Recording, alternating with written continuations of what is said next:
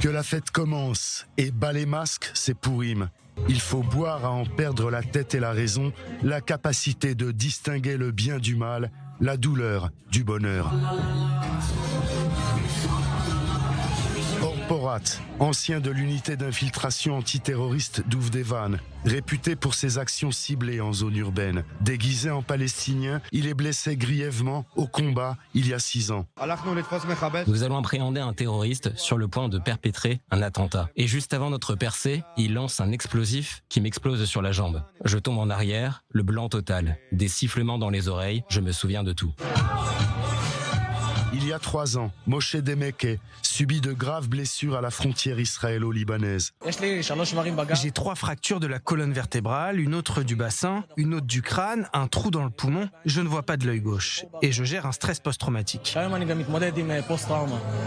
Tu sors de réhabilitation, le soutien s'évanouit. Tu es exposé au monde extérieur sans y être préparé. J'étais en train de m'éteindre. Maintenant c'est dur mais ça va, je survis. Dana Ophir est blessée lors d'un attentat à Jérusalem en 2017. Je suivais le cours d'officier de Tsahal. Un terroriste nous a renversés avec son camion. 4 de mes amis sont morts, 15 autres ont été grièvement blessés, dont moi. De joyeuses retrouvailles, cette fraternité des compagnons d'armes. Ils sont 120 vétérans des guerres d'Israël, 120 ex-soldats et soldates blessés corps et âme, marqués à jamais, qui s'en sortent grâce à une longue et douloureuse réhabilitation. La soirée est organisée par l'association Belev Echad, un cœur, le musée Friend of Zion, ou Amis de Sion, un organisme évangéliste américain, sont les hôtes. J'ai été blessé à 2 reprises. Pendant les jours difficiles de ma libération, je ne savais pas quoi faire. C'est alors que j'ai connu cette association, Belev Echad, qui m'a ouvert le cœur. Donner sans relâche, aider. Cette association m'aide à me réhabiliter, en aidant les autres à se réhabiliter. Parce que moi aussi j'ai des moments difficiles, où je ne sors pas de chez moi. Je suis un combattant et un battant dans l'âme, que ce soit pendant ou après le service militaire. Mais pour l'aide que j'ai reçue, je remercie mes parents et aussi l'association. Ce sont mes frères.